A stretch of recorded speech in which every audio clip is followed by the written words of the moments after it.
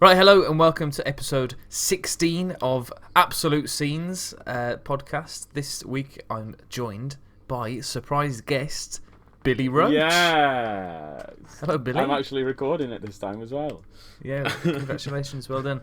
How are you this week? Good. It's been a good day today. We had cross country today, which was rescheduled from last week because of Storm. Is it Brendan or whatever it was called? So after Leicester lost to Southampton, he was furious. Yeah. So yeah, we had that, and it was really. We were supposed to be there all day, and we were done by 12 o'clock. So we took all the kids to get chips in Aberaeron. So we were having chips for lunch. Well, I think all the PE departments did. So in every school, because we were like, we finished earlier than we were supposed to. Because we had to do it shorter because it was a different track. But it was a good day. And then football training after school for the Italy trip. And so all good. All things good now. Football podcast then. Football. Nice. Chelsea, of course, playing tonight at the peculiar kickoff of 8:15. Why is it 8:15, Billy? Do you know? Telly, I'm guessing. Yeah. I mean, I'm an advocate for earlier kickoffs midweek. We had a game against West Ham recently that started at 7:30, and once it finished and you got home, it was a reasonable time to go to bed at a work night. 8:15 kickoff. You're talking about the game finishing after 10 o'clock. Yeah. It's an absolute disgrace, Billy, and it's all because of television. Well, I suppose as well midweek it's like West Ham getting up to you and blah, da. But like Chelsea against Arsenal, it's only it's a London game. Yes. So, but yeah, interesting. Well, Liverpool play twice now, don't they? They play you guys Thursday, don't they? Yes, and then they've got the FA Cup. And then they play West Ham next Wednesday as well. That's their game they catch up on. So, of course, it's their game in hand. Their game in hand. So they could be. But it doesn't really matter, Billy, because they've won the league, haven't they already? Well, yeah. It looks that way. I can't see anyone. I said to Shaw, my brother, that you watch Liverpool now will probably go unbeaten. Either up until Man City and lose to Man City, or they'll go the last three games they've got Arsenal. So obviously they should be up for it because it's obviously their record, an unbeaten season. Then we've got them, which they'll be so way off, but they're going for our home. We've still got the home record, unbeaten at home record, and then they've got Newcastle the last day. So I thought. One of those three. You were building it up then as if they were going to have something really tough. But then Newcastle could be. I doubt it by then. But they look pretty. But they could be fighting for relegation. It could go down to the last day. At least that hopefully will go down to the last day. Relegation. Nah, but probably not. Oh, relegation could. It's very, very close. And I didn't realise until this morning how close it is really from Brighton in 15th downwards. Yeah, it's Watford have been amazing since. Nigel Pearson, since he's come in, it's unbelievable. Conversely, Bournemouth are dropping like a stone, and I think they're doomed. They're gone because they won't sack Eddie Howe, and they haven't got the players to get them out. I think at the minute you're looking at the three teams that are down there, Villa as well. Unless Villa gets some, I know they've got this. They bought this striker from Genk. Who's almost got a 1-in-2 goal. He scored like 48 goals in 80 so appearances. Yeah. My friend's a Villa fan, so I've had all the lowdown. And unless he hits the ground running, they could be probably the one that'll go down with him. But I mean, you're looking at Villa in 18th place with 22 points. So they need 18 more points, so they need 6 more wins from the rest of the season. They've only won 6 from the first 23 games, so they're going to have to do something miraculous, or at least stop losing. Because if you look at Watford, they've drawn 8 games and won 5, whereas Villa have only drawn 4 games all season and won 6. So they're either losing games or they're winning. The goal differences are all fairly similar as well, minus 14, 15 and 16, apart from Norwich, who I think, despite beating Bournemouth on Saturday, I think are everybody's pretty much accepting that they're gone. But yeah, that is the most exciting battle. Apart from the battle for 5th place, which Wolves are involved with, I'd say that's probably the next most exciting one, because I think probably Chelsea have got enough to finish 4th with 39 points at the moment. They're a good 5 points ahead of Manchester United and Wolves in 5th and 6th. Who do you think is going to finish 5th? It depends. I think this transfer. Well, I know this is our topic. We're already seamlessly into it because our topic this week is going to be the transfer window. I think this is going to be massive. You're looking now. United lost Rashford. That's a massive. Yeah, for the rest of the season, pretty much. Yeah, so that's a massive. Tottenham without Kane now, which could be again for the rest of the season. So it's Arsenal now on the resurgency, especially if they win. If they beat us tonight. That'll be a massive win for them, because that'll rocket them back up into the into in around that area. It could be, but Wolves could be there. It depends. It's a tough one. I would, if you had to say guess, I reckon United will get it. Yeah, I don't think that we've got enough in the squad at the moment. On Saturday we had 12 senior fit players. The bench was made up of under 23s pretty much, and that's what's cost us throughout this season. Is we have balanced the Europa League and the Premier League really well. It's cost us a progression in the League Cup and the FA Cup, but that's fine really, because it's unlikely we're going to win either of those two competitions. No. But the depth in the squad has cost us when it's come to games recently where we should have gone on and won, and we've drawn games in a really frustrating manner, like against Newcastle, the games earlier in the season against Burnley and Southampton at home.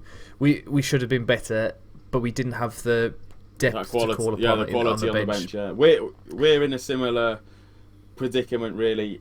You're looking at on the weekend now against Newcastle. We lost, and it was Lampard. He was looking at the bench, and you've got like Batshuayi on the bench, who's who has got. I think he scored the most goals from the bench for Chelsea out of the whole squad. Out of the whole squad that's there currently, I think he had like 9 or something. So the statistics are there to back him up, but. I think Lampard whereas Lampard said, look, we can't do any more finishing in training. We just need a natural goal scorer. I know we've been linked with Cavani. He wants out of PSG. He wants out of PSG. I reckon he's more likely to go to United. I reckon United now, or I can't see Tottenham paying the wages that it is for him. Because I looked on Twitter, because we've been heavily linked with him, and it's something like he's on 360 grand a week. And he want like 18, so it'll be an 18-month contract that he signs, plus I think it's something like 10 million, so it's almost like 50 million for a player who turns 33. So it doesn't fit the current model that. And it's not as if he's particularly marketable or anything like that. Yeah, he's not like a massive name. Like he's he's obviously where is he from now? Is he from Uruguay? I think he's from Uruguay. Yeah, he's obviously Suarez is the player from Uruguay, and stuff like that. But I can't. If he comes, he comes. But it'd be a massive blow, because I can't see him playing second fiddle or being happy playing second fiddle. Whereas if he goes to United, at least at the minute he's going to be first choice. And the same with Tottenham if he goes there. But I can't see him. I don't know. He can't go to China, so he's going to have to go somewhere. No, well that's another point that I was going to raise. So. There's been a lot of links with players who are currently playing in China moving back. One being, I don't think anything's going to come of it, but Hulk was linked with Wolves recently, because of course they have their wage cap now of $45,000 or $49,000, something like that. Not a lot. I think it doesn't affect players who are on contracts already that are pre-existing. But it's put off any player going over there, because nobody's going to go to China to play football. Which in a way is good, because it stops them paying these stupid wages, and players just going there to they'll go up. There'll be other places where they can go and stuff. I think it was Oscar. Was it Oscar who went there and said, "Well, I can either play football in Europe for the rest of my career and win a few trophies, or I can go to China and provide financial stability for my children and their children and for the rest of and you look the rest of his time alive. And it is a lot of Brazilians who go there who probably have been brought up in such a poor background, and something like that. Because Oscar went from Chelsea, Ramirez went, Hulk's Brazilian. There's been a couple of other Brazilians. Tevez has gone. It's all the South. It's all this. It's none of. You don't see many European players going out there, but it's mainly, the South Americans who go. Tevez went. There's been a few. I know I think Xavi and Iniesta went down towards the end of their career. Qatar, didn't they? They went. Xavi went to somewhere. They went. But that was at the end. Whereas Ramirez and Oscar in particular, they were. They could have gone anywhere and got into some decent teams. But no, and it has Wolves been heavily. Wolves. I know Jimenez has been linked. I know me and you have been talking, and you're not too impressed with him at the minute. Concerned. But everyone's raving. I'm at an advantage because obviously me and you talk a lot, and he's, I get a more rounded, I would say, perspective of him. Whereas everyone at the minute is raving on him, saying he's a £70 million striker and all this lot. But going off what you've said to me, I would say the last few comments you've sent text me, it's been a £7 million striker rather than a 70 million. Yeah. So I'm looking now at the goal involvement for all competitions this season, and Jimenez is top, right? Including like Raheem Sterling is in second, Rashford, Aguero are all below. Is this in the Jimenez. Premier League? No, in all competitions. Which Jimenez in British? Is this in the UK, not including Messi, Ronaldo, Premier League I think so. Yeah. Premier League players, but in all competitions. And Jimenez has scored 19 goals, 9 assists, so he's been involved in 28 goals. Raheem Sterling's the next best with 24. Yeah. So on paper, brilliant, and he is brilliant because he wins us games, and he won the game on Saturday with his 2 goals. He's the best penalty taker in the division by 100 miles. Think of a penalty. The only other player I would like to take a penalty to save my life would be Troy Deeney, because he would smash the net off. But he missed it. He missed on the weekend. I knew you were going to say that. But not 99 times out of 100, Troy Deeney scores every penalty. Jimenez does score every penalty. I think he missed one in a pre-season friendly when he first came, so which is nearly 2 years ago. He's consistent in that way. But for a professional footballer, you must be able to kick with 2 feet. Yeah. That is if I was a football manager, that would be my only. When I was signing a player, I would just look at, can he kick with 2 feet? Yeah. Well, he can't. When it's on his left foot, he's missed. I asked. Okay, we're going way down, but that was the question I asked today. Now the boys for Italy, out of the squad of 20, 2 can play. 2 are left-footed, and then of the rest, then only one. That one of the boys who's left-footed can play with his right foot as well. So out of a squad of 20, I've got 1 player who I can go, right, he can play literally anywhere and he'll be comfortable. The rest, I'm like, oh, great. This is going to be like trying to, hit a fish in a barrel, and they're not going to be very good. Yeah. But yeah, I agree. Professional footballers, how they can't play with both feet is ridiculous to a sense, especially... they could be just so one-footed. I'm trying to think. There was a Chelsea player who was just literally, he'd always be on his right and constantly, and no matter what he'd cut in. You look at Azpilicueta, he's right-footed. He's playing on the left, and he does cut in, and he'll cross and stuff. But he's a defender, so you can understand he's not going to shoot with his left foot because he's a defender, because he can barely shoot anyway. But when you've got a striker where they could more often than not use any part of their body, they should be pretty accurate. I don't know. Well, the most frustrating one was last Wednesday in the replay against United. He turned the defence. He sent. There's a clip of him turning the 3 of them, and Nemanja Matic runs like he's left the oven on or something. He just runs hell for leather and realises, Jimenez is behind him. But then he's on his left foot and he just passes it at the goalkeeper. Whereas a top striker, and this is why he's not worth 70 million, scores that 100% of the time. There's no doubt that he's going to score it. And there's so many times now when he gets down the left-hand side and he looks up and Traore or Jota or somebody's coming into the middle and he can't put the ball in with his left foot. So he has to do a Saf Rabona ball in. And if that comes off and Wolves score, then it's the best thing ever, and everybody's talking about it for months. Yeah. But we've seen him fail doing that now so many times. If he just whipped a ball in with his left, we'd score 2 or 3 more goals a game. That's the thing as well, because you see it every week. Whereas if you did that and then match of the day or whatever, because they see it just even the guys on Soccer Saturday, because they obviously don't watch the same team every week. Yeah, they'll probably see the same teams, a lot more than the rest of us. But they'll see that one thing and it'll be a classic. It'll be amazing. It was like Traore now. Me and you. Traore's obviously come on leaps and bounds this season, but it was after, I can't remember what game it was, and he was linked with Real Madrid, Barcelona, and everything. Whereas he's just had one good game. Another player who previous seasons he's been finally linked away with from Chelsea. He's Moses. When we were playing 5 at the back, he was worth millions. Same with Alonso.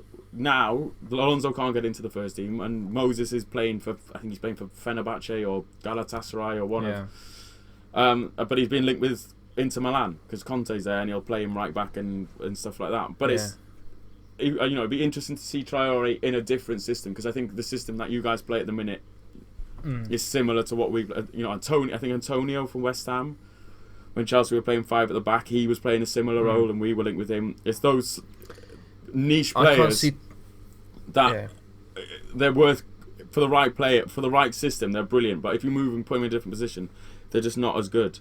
But what are you going to say? Traore won't go because he's got such a good relationship with Nuno, and Nuno's been so patient with him, and I think, from what I understand, Wolves have brought in a coach to work basically 1-to-1 with him, and that's why he's improved so much. Because you can't teach the power and the pace that he's got. There's nobody in the league that's got the same skill that he has. I nearly tweeted you the other day because they'd given him a thing on FIFA. It must have been, the Ultimate Team. They've given him this card which is he's got 99 pace on it. And I was thinking about us obviously playing FIFA and you abusing his power, and I thought, imagine you having that and then that abusive power that you managed to get from that game. It'd be ridiculous. He is good. Chelsea were linked with him, I think, because did you sign him from Middlesbrough? Yes. Yeah, so I think we were looking at him before, or you guys, it might have been the window before you guys bought him, and then but obviously you guys managed to get him, and he could be one of the a very good player, but anyway, transfer. Just to go bring it back, I know I haven't asked you how you are, but how are you, Tom? How have you? I'm fine. Carry on. How are you? Because I know we both obviously want to get away. You've got a cricket AGM to get to for 8 o'clock. Chelsea are playing at 8:15, as you've just said. But so this week's topic is going to be the January transfer window, and we're going to have a little chat like we have currently done already about what we think about it and stuff like that. Give probably our best and our worst signings, probably for. Well, I know probably a lot of what you're going to say, because I've texted a few people and they've all said the same person. But so Tom, can you tell us a bit about the January transfer window? Have you got anything when it was introduced or anything like that? Well, I've done some research on BBC Newsround, and it turns out that the transfer window began in the season 2002-2003. Yeah. Before then, it says.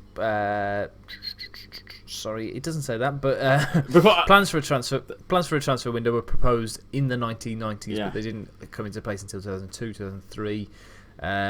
Before then, I think players could move freely between teams. Yeah, so it was March in a season. So I know because I remember this because I had Championship Manager for that year, and I remember it coming into it. So I remember this quite well because it was something obviously that I had to grasp, because when I was playing it, when I went back to play it when I was a bit older, I was signing players naturally in those periods of time, whereas other clubs were still signing. I remember going back to it the first time, and they were still signing them in the middle of October, and I was like, how are they signing players? And then it was only then when like a press release came out, and you're like, oh yeah, I remember now. So you could sign players up until I think around Easter, so it might have been March, April time.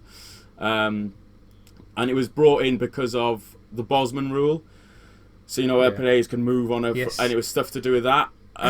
So it was to do that. For people who don't know, the Bosman rule is a rule that was introduced because of a player called his surname was Bosman. I'm just got it up now, and I think he was under 23 or something like that, or he'd I can't find the. So if a player had, I think if they're entering the final year of their contract, so similar to now, like how like Willian and players like that at Chelsea, there's quite a few, and there's others around Europe. Yes, that's right. Yeah, I've got it now. So the rule meant that clubs could no longer block or demand a fee from a player who's ending their contract, who's coming towards the end of their contract. Yeah. So obviously, whereas before, if they could, you could sign anyone at any point, it wouldn't. Whereas now, at the minute, like Chelsea, like Williams got 6 months left on his contract, but you can only sign him this month. Other than that, you'll have to wait until the end of the season to sign him on a free. Whereas before, it could be 6 months, 5 months, 4 months, but it could go right the way down to however it could. It won't go down to 1 month. They had. I think they stopped it in April and March time, purely so that it wasn't a case of, say now, there's like Southampton finished mid-table and Danny Ings is banging goals in, and Man U now without Rashford need a striker. They can go and get Ings on a short-term deal because they need to go and score 10 goals or blah blah blah blah blah. So it stopped that. Whereas then they introduced this transfer window then, because I think Britain was the last place to do it. All the other clubs, all the other countries had done it, and we were almost forced to do it, and it wasn't something we were happy about. But then it was brought in, and then even since, I think there's not been much. I think when it first came in, there was a load of clubs not happy with it, and they wanted to go back. Similar to VAR at the minute. It was all the controversy, and people weren't happy because obviously it stopped. Like injuries, and people weren't happy because if you get injured, and then you'd be stuck like lots of Premier League clubs are at the minute. But now I think it has worked in a sense because it makes the league a lot more fairer in terms of because you've got that squad for the season. Obviously, then there's the counter argument is obviously that the January transfer window in particular. Prices get hiked up and it's all a fire sale, and everyone like now you've got to buy someone now because you might need them, blah blah blah blah blah. You don't know how long a player's going to be out for, so there's that negative side of it. But I think on the whole, especially the summer one, it's had a positive effect on football in general, not just the Premier League. But I don't know what you think. It's made the competition fairer, but I'm not a fan of either of the windows, particularly the January one, because the whole point of the summer one ending earlier now is so that the players' heads aren't turned while they're playing and things like that, so that they can focus fully on their team. But I think that it should. I think speculation would kind of end if they could move at any point, because at the moment everybody's racing to get their business done before the end of January or the end of August. And there's so many deals that are done where you think, would that have been done if they had another week or so, or if they had, if they just waited for the right deal or whatever? Teams rush into deals because they've got massive amount of money that's just come in, and they think they've got to spend it there, or there's all sorts of reasons why players move and whatever at different points. I think that. We've seen at Arsenal in particular this year with Granit Xhaka and Mesut Ozil.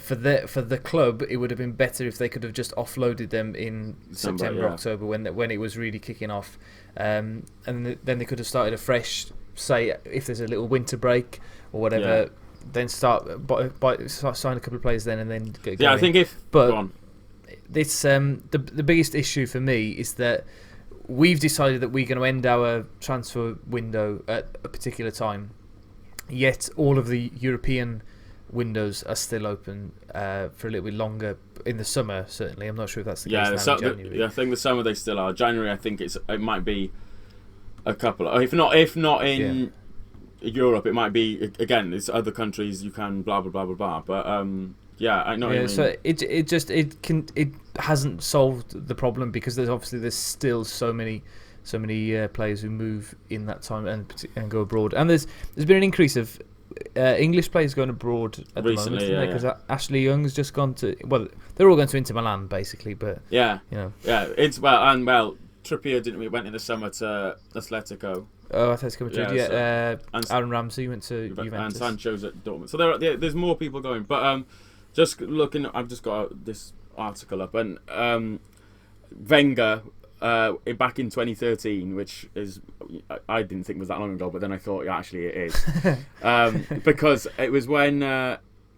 So he said that you should only be limited to 2 transfers per window because it was unfair in its current form, and he cited Newcastle transfer activity. I'm clicking on. I don't know how many. I think they signed around that time. They signed loads, didn't they? Loads, and then the following year, Mata went to United, and argued that it was unfair because Chelsea and United had already played each other twice that season, so Mata wouldn't play again, and So well, whatever. But yeah, there's loads of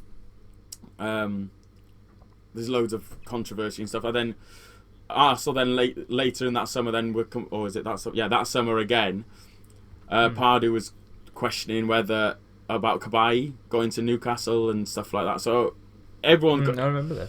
So everyone complains about it and stuff, but I think I think if we introduce the winter break, it would fall naturally in there, because obviously then you've got that natural break, and then I could see it right. You've got because most clubs now, I understand what you're saying. Like they're frantically, like for example now Palace now with Zaha. At the minute it seems as though he's not going to move and he's going to wait till the summer.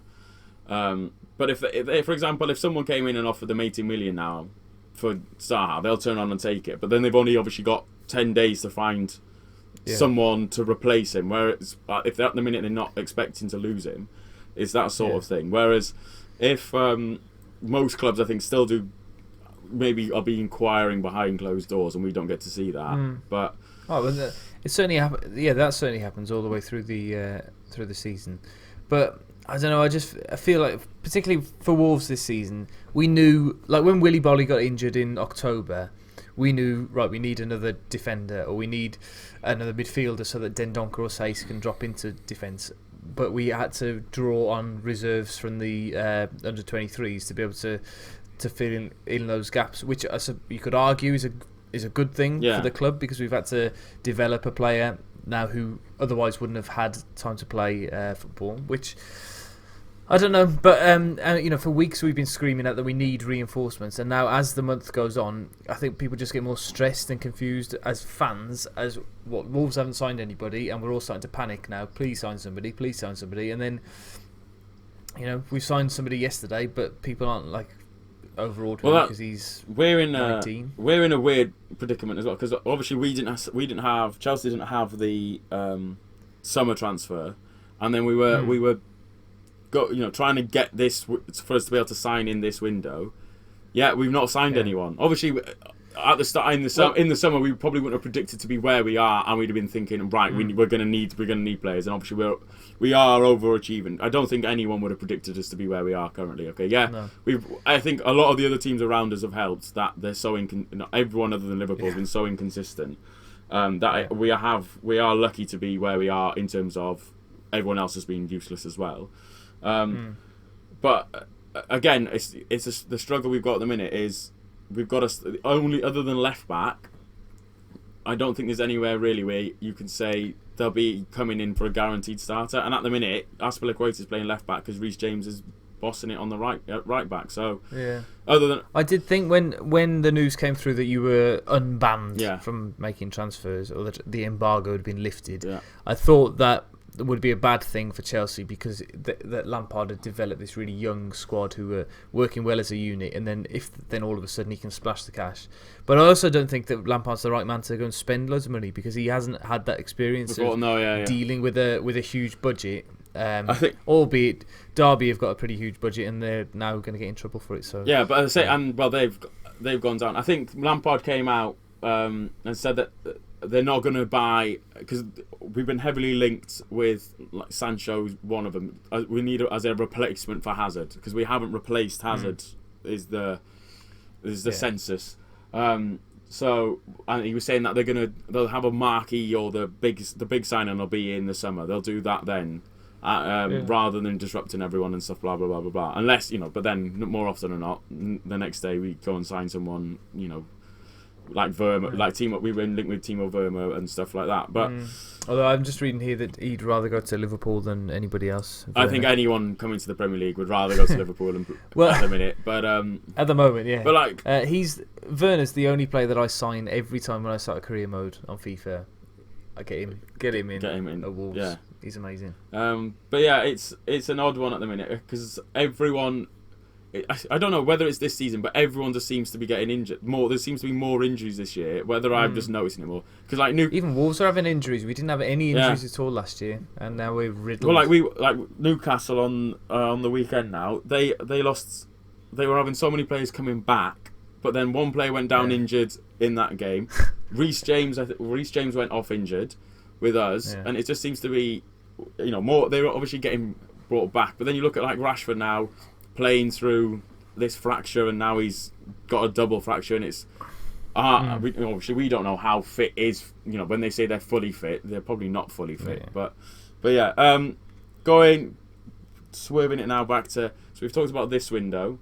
It's not been very exciting, so there's not many. I don't think you can really say who's had the signing of the window because I can't think off the top of my head of anyone.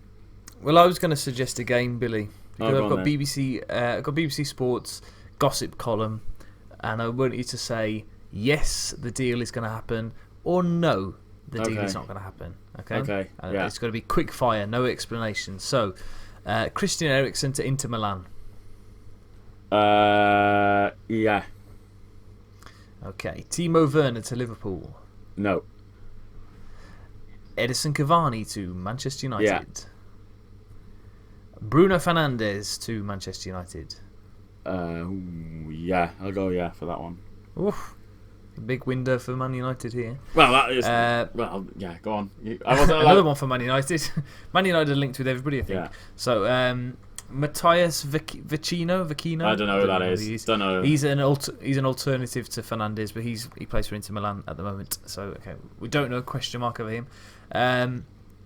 Zaha to stay at Crystal Palace. Yeah, he'll stay.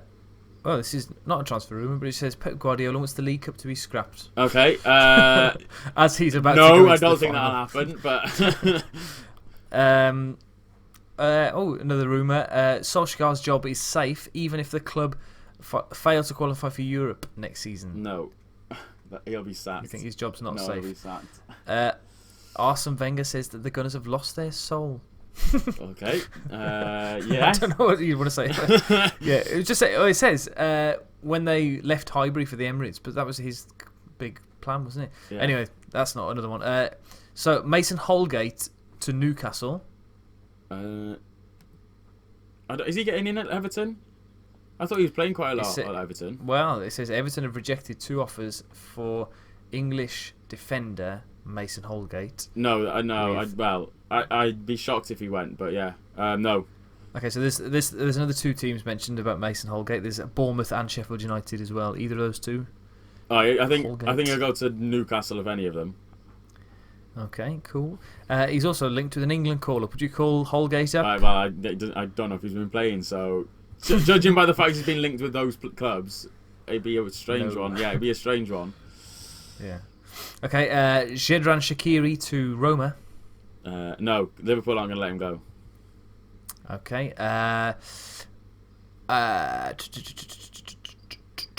Donny van de Beek to Real Madrid. Don't know much about him, so I can't comment. Cool. Oriol Romeo from Southampton to Celta Vigo. No. We're scraping the barrel here now. Jakob Brun-Larsen to Bournemouth. Yes, I'll just say yes because I don't know. Jared Bowen. We've also been linked with Jared Bowen, but apparently he's going to Newcastle now for £20 million. So, am I saying is he going to Newcastle or Wolves? Newcastle. Yeah, no, he'll go to Newcastle over Wolves. Now, this one is the headline, the big headline. I can't wait for this one. If this is true, Ermigursh, because he's got a really amazing YouTube video. So, Dinamo Zagreb and Spain midfielder Dani Olmo to Wolves. Yes, because I have no idea who that is. Because I know you. If that happens, just to make your day.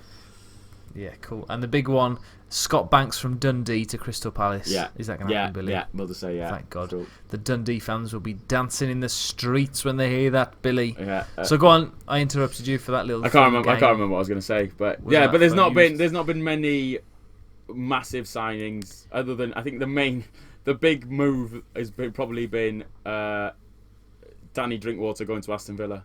That's the only one. Like Tosin going to Palace. I'm just scrolling down. I can't. Yeah, he scored, didn't he, on his debut as well? I can't. Just looking down. Oh, Jack Rodwell, unattached. Oh yeah, whoever his agent is must get a knighthood because that is an absolute scene of a transfer. Gedson Fernandez going from Benfica to Tottenham.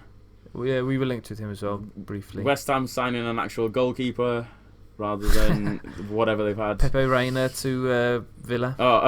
Wolves have sold quite a few players.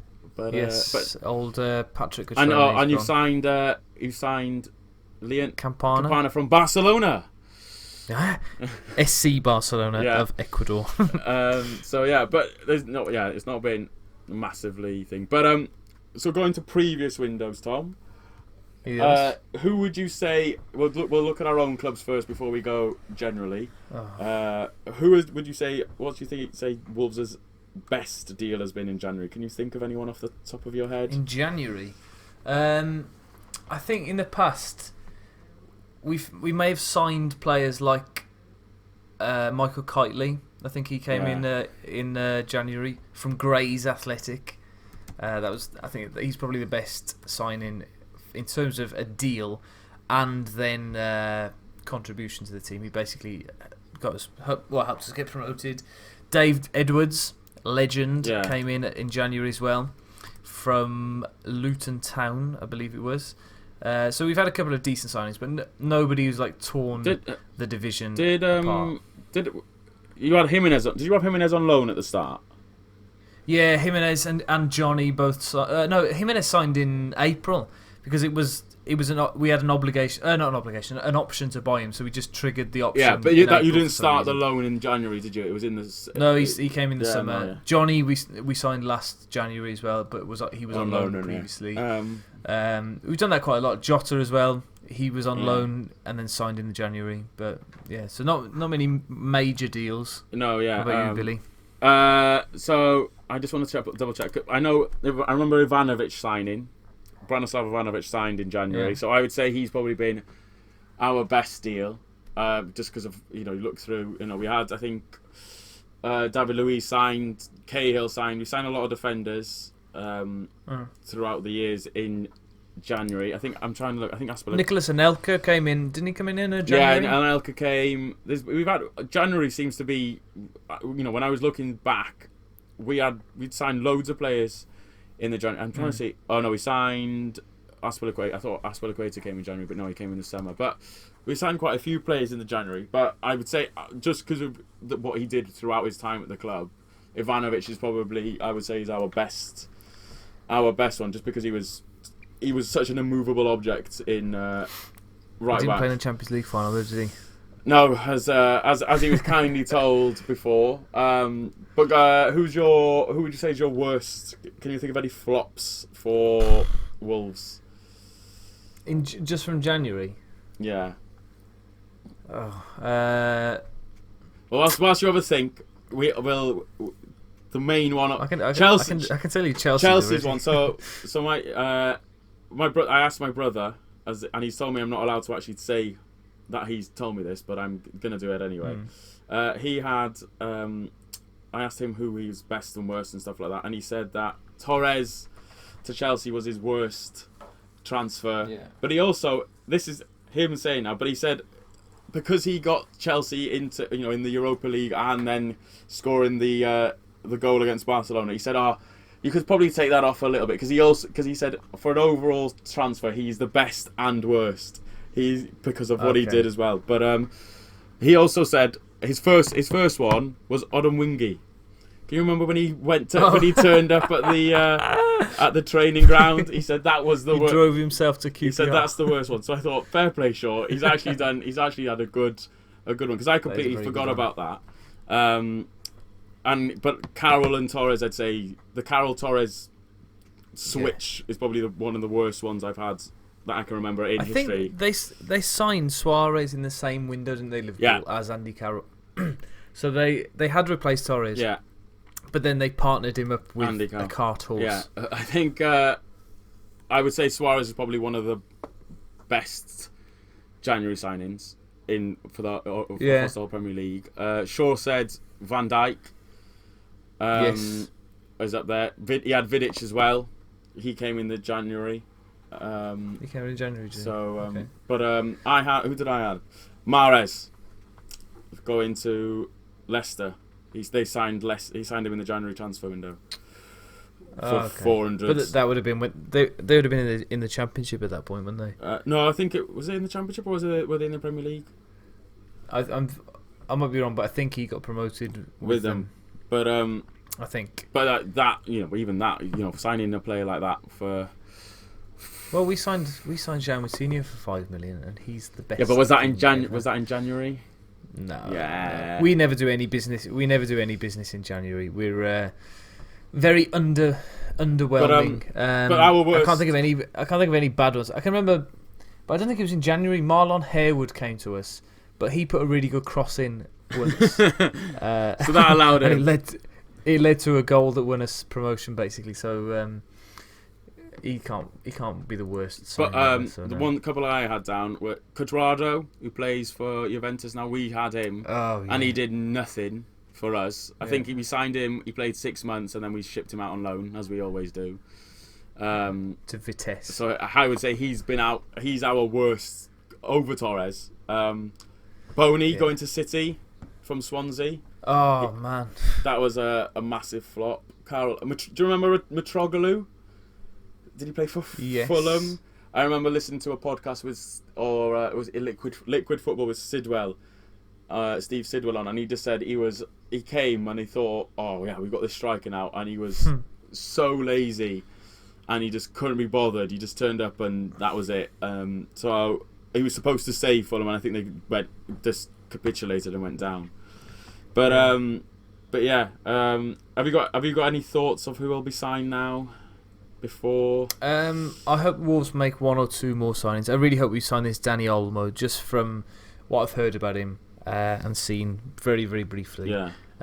We need a creative midfielder, which is what he is. We also need backup for Jimenez, which I think we linked with. Remember Nelson Oliveira used to play for Norwich? Yeah. He's linked with us as well. So I just hope that we sign somebody to bulk up the squad, because we've got such a young squad anyway. Yeah. That are you missing anyone really? Like for Chelsea now, we're the same sort of thing, but we've got like Loftus-Cheek coming back. So have you got anyone coming back? Who could? Well, Jota's been out for the last couple of weeks, but he's only had a dead leg, so I don't know why he's out for so long. But he's coming back, but he's more of a who's been playing there at the moment? Oh, Neto's been playing there on the left. He's done all right, hasn't he, at the minute? Well, he scored a goal at Anfield in front of the Kop. He scored in front of the Stretford end. He's had a great time. Pedro Neto. Same VAR exists, and yeah, because I know he scored again on Saturday, and I know it was the first goal in the comeback, so he'd only put us 2-1 down. Yeah. It wasn't a big goal. But he didn't really celebrate because the ball, I don't know if you've seen it, but it bounced up onto his chest. Right. So they checked it for ages for handball. Oh, he's probably thought, and he just sort of, when you text, oh, it's Neto, is going to be disallowed. Yeah. I was a couple of minutes behind I was watching it on. And I thought, oh, God, Billy knows that. I know he's going to get disallowed now. But, yes, thankfully. Yeah, I stopped texting you. They checked all three of the goals, and they all counted as well. It was amazing. Yeah, I stopped texting because I knew because I was ahead that they were being checked. I thought I'm not texting him because obviously he'll gather that I know what's happening and stuff. But it's the same with Chelsea now. I hope we bolster, like we need backup. We desperately need backup for Abraham and stuff. Oh, because that's what I was going to say about Jimenez, because when we were in the Europa League, Giroud was in a similar position to Jimenez, because obviously he was playing so much and scoring in the Europa League because he was starting and stuff like that. Obviously, his statistics went up. Obviously, Jimenez is your starting striker, but Giroud, obviously, the statistics lied a bit. So at the minute now, he's scored so many for France and Chelsea, blah blah blah, that everyone doesn't understand why he's not playing and stuff. But my main thing that I hope we do is just get rid of a lot of this dead wood that we've got around the club, because I think is it next year now, or the summer now, that they're only allowed to loan out 8. There's the limit on how many players we can. Oh, is that right? We can you can loan out for Chelsea. That's you'll be selling players for years. So Chelsea now are literally going to have an A team, a B team, and a C team unless we can get rid of a load, because we've got so many players out on. There's a way around it, but it's something to do with blah blah blah blah blah. I think like we can still loan them to Vitesse and stuff like that, but the main Drinkwater now going and stuff like that. But it's been a pretty boring window, considering I think. Well, I was looking. I can't remember off the top of my head, but there was so much spent last January, because obviously Van Dijk was, what was he, 75 million? Yeah. And I think that was half of the record. That transfer alone took it over half of what it was. I think 150, 125 was the most that clubs had spent, even with Chelsea and Liverpool spending 85 million between them for Torres and Carroll. Last season, whereas this season now just seems to be when no one's signing anyone because everyone's injured. No, it is a bit of a risk as well to sign somebody in January, because if it doesn't, you've got to spend a lot of money because teams don't want to let their players go, and then it's a gamble because they might be completely hopeless, and then there was you've got to send them back. That's who I saw was the Lyon striker. Is it Dembele or Dembele? Yeah, he's linked with Tottenham, because we were linked with him, but as he could. They can't have another Moussa Dembele, surely. I don't. He might go instead of Cavani. He could probably go to United or Tottenham. Okay. But anything else, Tom? Because I know, just looking at the time, I know you want to. You're probably going to. I've got to. You got to shoot off. Yes. Is there Is there anything else? Do you want to plug the because you know all the handles and whatnot? Oh, they've changed that. Oh no, I don't know, to be honest. Is it Scenes Pod or something?